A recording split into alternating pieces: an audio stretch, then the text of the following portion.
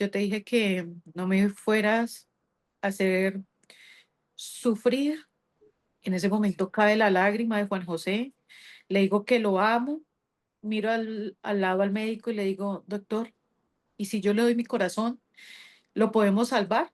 Sé que él está ahí, le decía al médico y me dijo, no, mamita, él ya se fue. Él no me escuchó y efectivamente ese 12 yo me traje sus elementos a Ciudad Verde, donde vivíamos, para que él se alimentara y me lo trajera, pero no alcancé,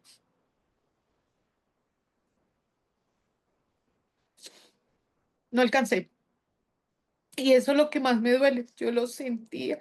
Hay noches duras y no pensé que el duelo fuera tan fuerte como unir. Con pedir algo ya era un abrazo, madrecita, te ves hermosa. Esas palabras ya no rondan en esta casa. Bienvenidos a Voz de Fondo Podcast. La siguiente historia es tan condenable como reprochable. Por 6.000 pesos que costaban 2 vasos de mazamorra, desvivieron al joven de 17 años Juan José Correa el 12 de abril de este año en Soacha, en Cundinamarca. Y lo más preocupante del caso es que las tres personas que están capturadas, presuntos responsables, podrían quedar en libertad por vencimiento de términos. Por esto está con nosotros hoy aquí en Voz de Fondo Podcast y saludamos a la señora Andrea Guerrero. Es la madre de este joven, un joven soñador, tenía 17 años, estaba en el grado 11 de su colegio, a punto de graduarse, quería ser abogado y además trabajaba porque buscaba celebrarle los 15 años a su hermanita, 15 años que cumplirá en tan solo un par de días, el 5 de octubre. Señora Andrea, sabemos que no es fácil para usted recordar todo lo que pasó ese día, ese 12 de abril. Gracias por estar con nosotros. Bienvenida a Voz de Fondo. Muchísimas gracias por la invitación. Señora Andrea, ¿cómo se entera usted ese 12 de abril, esa noche, de lo que había pasado con su hijo? ¿Cómo sucedieron los hechos? A las 8:21 de la noche se reciben dos llamadas, de las cuales fueron rechazadas. La tercera llamada fue por el padre de Juan José. Me informa que lleve la tarjeta de identidad al Hospital Cardioinfantil de Soacha, que habían apuñalado a Juan José. Fue la primera noticia que me dieron. ¿Él estaba Eh, trabajando esa noche solo, acompañado? Trabajaba con dos compañeros más, el conductor y él y el vendedor. Serían dos vendedores y el conductor. ¿Y cuánto llevaba su hijo trabajando, vendiendo la mazamorra? Él estaba desde el año 2024, más o menos para noviembre. Fue que empezó a trabajar en el tema de la mazamorra. Él me había prometido que el 31 de marzo se retiraba. De acuerdo a tantas discusiones, podemos decirlo así, que teníamos con él, porque yo le decía que él no tenía la necesidad de estar trabajando y más en la calle. El riesgo que él corría a diario era grande.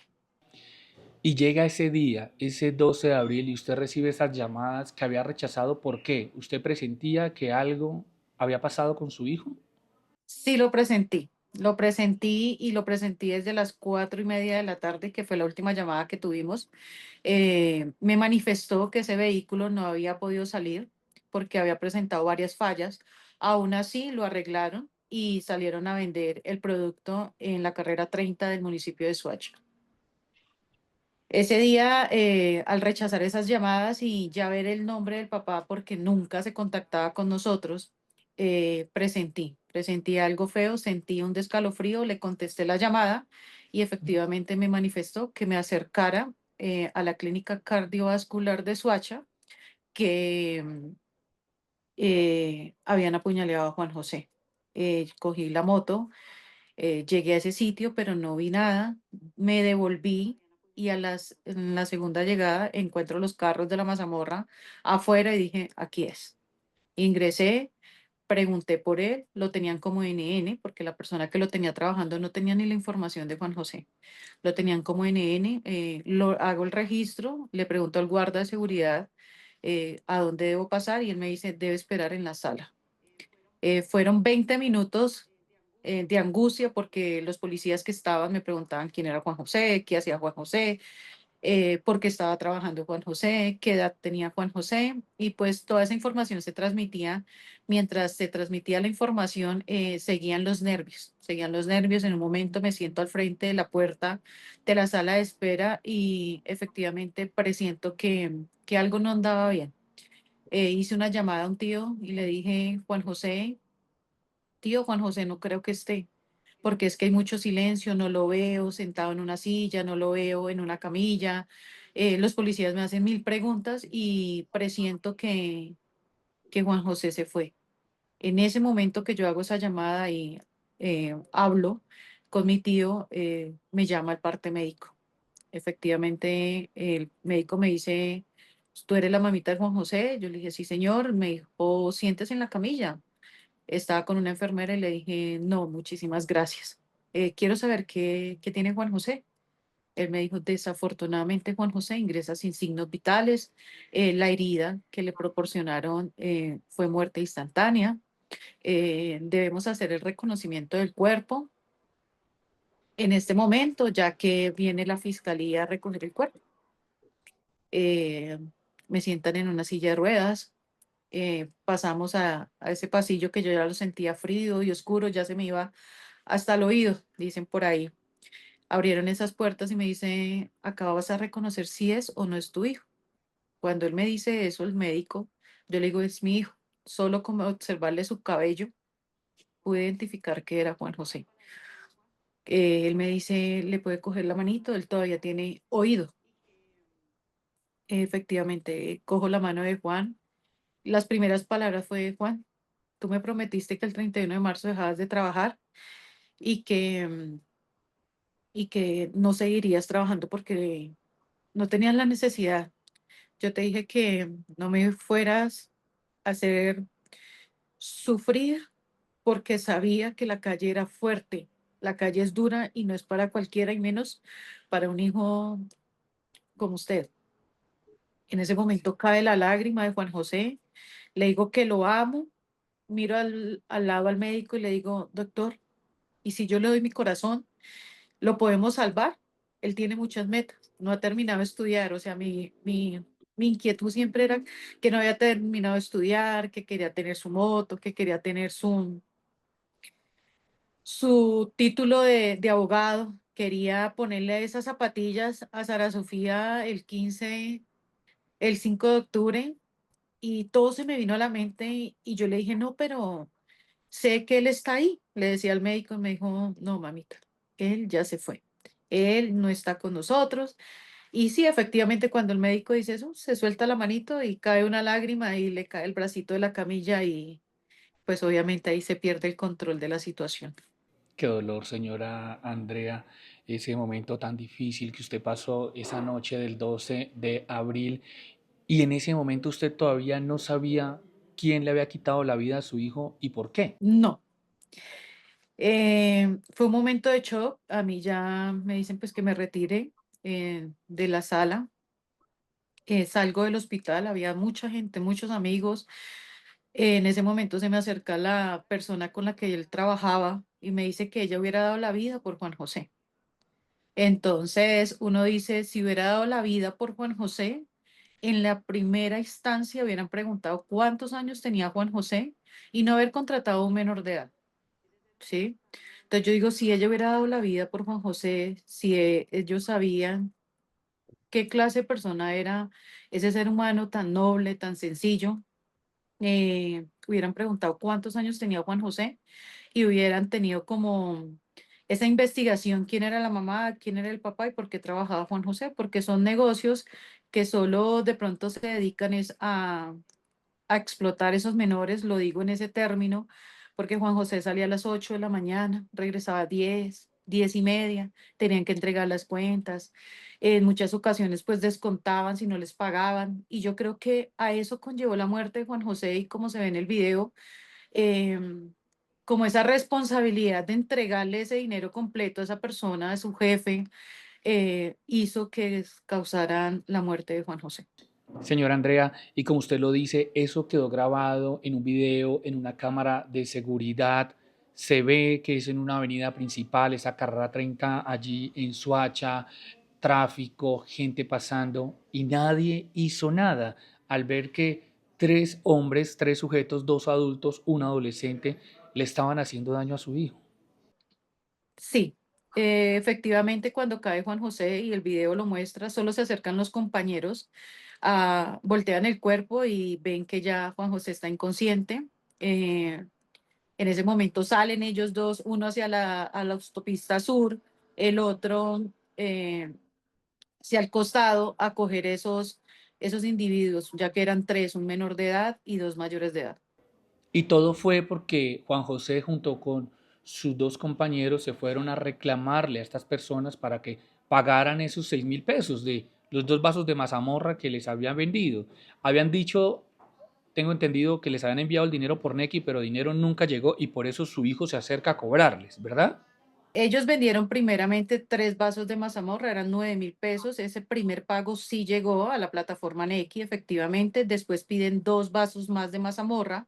Esos 6.000 pesos no llegaron al Nequi. El conductor le manifiesta a los dos vendedores, en este caso Juan José y a la otra persona, que esos 6.000 pesos no habían llegado, que pues recordaran que tenían que llevar todo completo.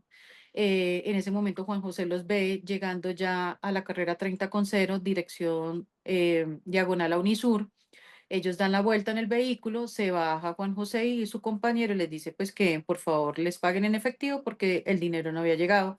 Es evidente con el video cuando se ve que ellos hacen la reclamación, el que él mata a mi hijo Juan José se viene hacia él y se puede evidenciar que desde un principio el señor quería causar daño porque se ve en el video, se viene, Juan José lo que hace es rechazarlo, no hubo un golpe, no hubo una lesión que le hubiera ocasionado a Juan José a esa persona para que le hubiera ocasionado la muerte instantáneamente. Señora Andrea, ¿y esos tres personajes, si se pueden llamar así, los conocían ustedes? ¿Los conocía el sector Suacha? ¿Sabían quiénes eran? Como dicen, esta mamá se puso la camiseta el otro día, después de que fuimos a la fiscalía y empecé a investigar.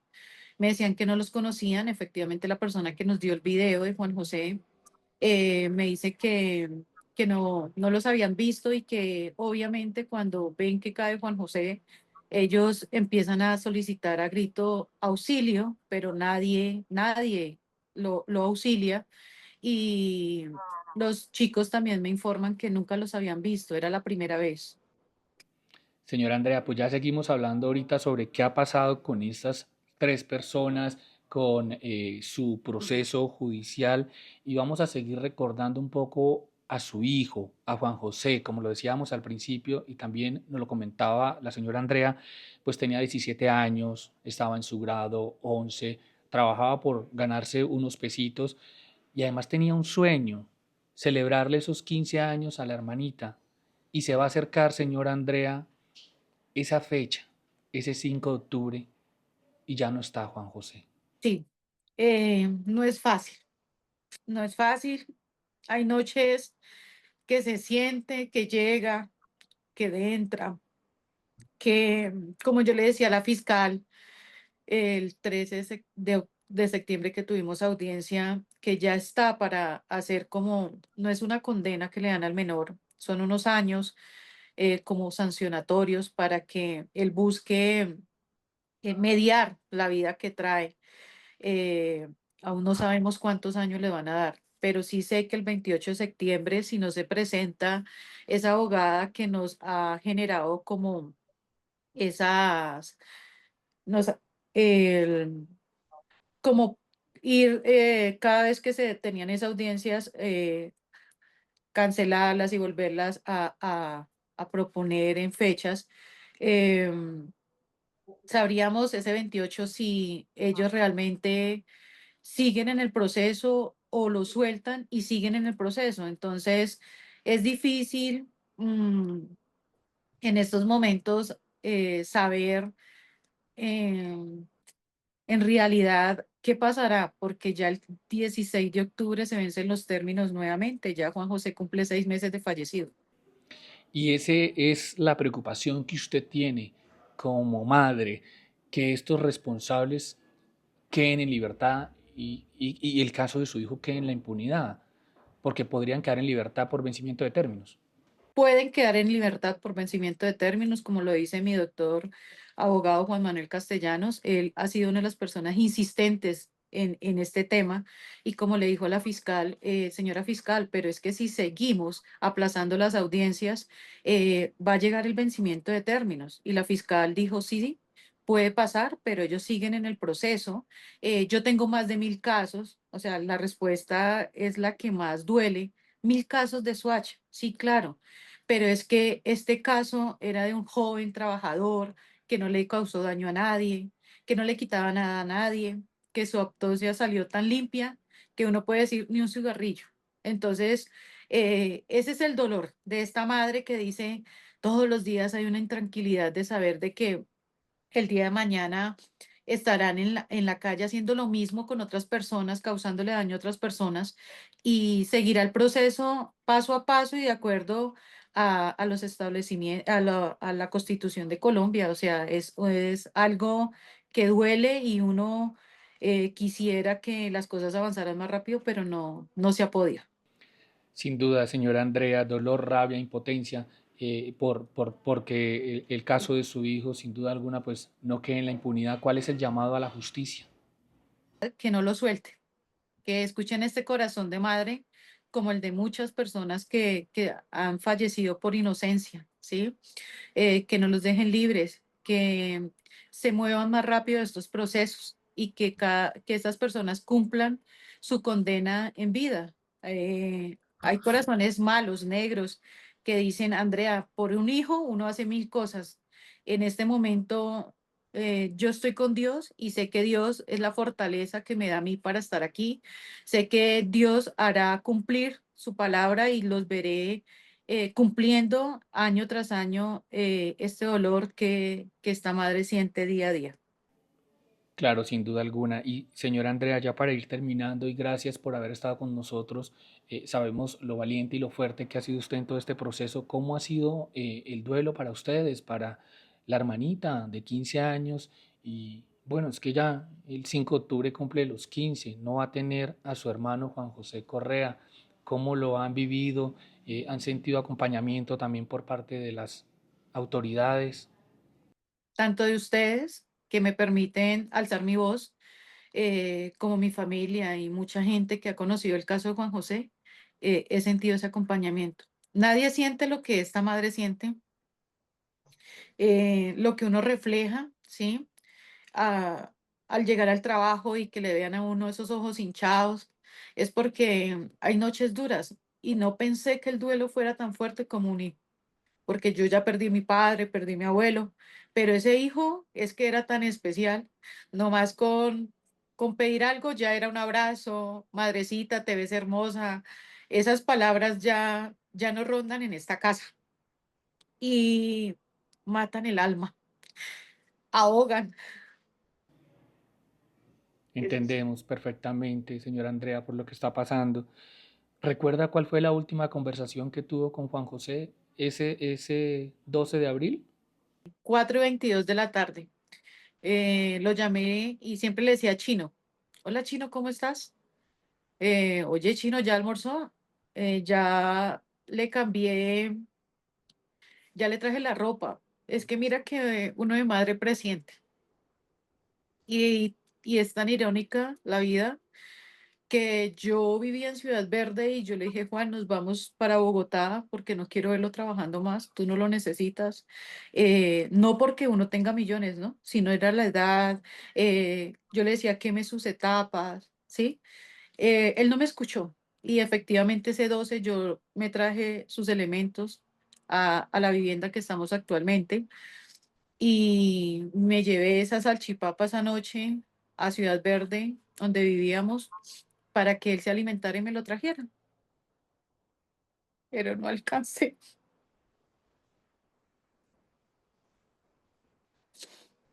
no alcancé. Y eso es lo que más me duele, yo lo sentía y no me escuchó.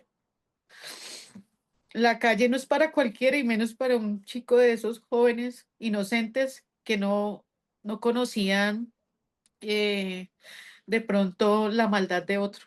Creían que de pronto habían sido formados con los mismos deberes que se formó en esta casa, con respetos. Mucha fuerza, señora Andrea, sin duda alguna. ¿Qué le diría a esos tres sujetos si tuviera la oportunidad de tenerlos de frente? Ya he tenido al menor, ¿sí? Él me pidió perdón, pero en este momento de dolor no hay palabras para expresar un perdón. Solo le digo, le manifesté tanto a él como a su mamá que Dios los perdonara, que en este momento no estaba en la capacidad de perdonar porque me habían quitado la mitad de mi vida. Ese 5 de octubre será fuerte para celebrarle esos cumpleaños a Sara. Él quería su fiesta, él quería verla alegre ese día y con permiso de él trataré de hacerle al menos su festejo a Sara y su foto no faltará en ese cumpleaños, porque sé que él ¿Cómo, sigue ausente. cómo, Dime. cómo está Sara? Sabemos que eran hermanos que se adoraban. Exacto. Eh, Hermanos que a veces dormían juntos y se ocultaban muchas cosas y esta madre a veces al final era que se enteraba o nunca se enteraba. Entonces, Sara, tráeme el uniforme para venir a jugar micro y ella iba a escondidas y llevaba ese uniforme con tal de verlo feliz y él era así. China, ábrame la puerta. China, no traje el chip. Le golpeaba esa ventana para que le abriera. O sea, Juan, así como lo recordamos y como fue el último despido porque no le faltaron flores. Tuvo muchas amigas, muchos amigos esa Semana Santa, porque en esa Semana Santa salen muchos a vacaciones y mira que no estuvo solo, fue súper acompañado. Entonces, eso refleja el amor de esta madre para seguir en la lucha por él. Que así sea, señora Andrea Guerrero, mil y mil gracias por haber estado con nosotros. Aquí estamos para seguirlos escuchando y por supuesto para también unirnos a ese llamado para que se haga justicia, para que el caso de su hijo Juan José Correa no quede en la impunidad, para que estos tres sujetos no queden libres por vencimiento de términos. Y desde acá le enviamos un abrazo solidario a usted, a su hija Sara, mucha fuerza y que sabemos que ese angelito que usted tiene allá arriba, pues la va a seguir acompañando y le va a seguir dando mucha fuerza, mucho ánimo para seguir adelante con esa hija que ya le va a cumplir los 15 años. Muchísimas gracias a ustedes, gracias por la oportunidad, gracias por no callar mi voz y estaré atenta a cualquier. Gracias, señora Andrea. Pues bueno, esto ha sido Voz de Fondo Podcast, donde seguiremos dando voz a quienes más lo necesitan y no podemos callar ante la injusticia y sin duda alguna, como lo decíamos al principio, ante este hecho tan reprochable y condenable por dos vasos de mazamorra que solo costaban 6.000 pesos. Le quitan la vida el 12 de abril a Juan José Correa Guerrero en Suacha. Y hoy los culpables podrían quedar en libertad. Los leemos en los comentarios. Los acompañó Jair Díaz. Hasta pronto.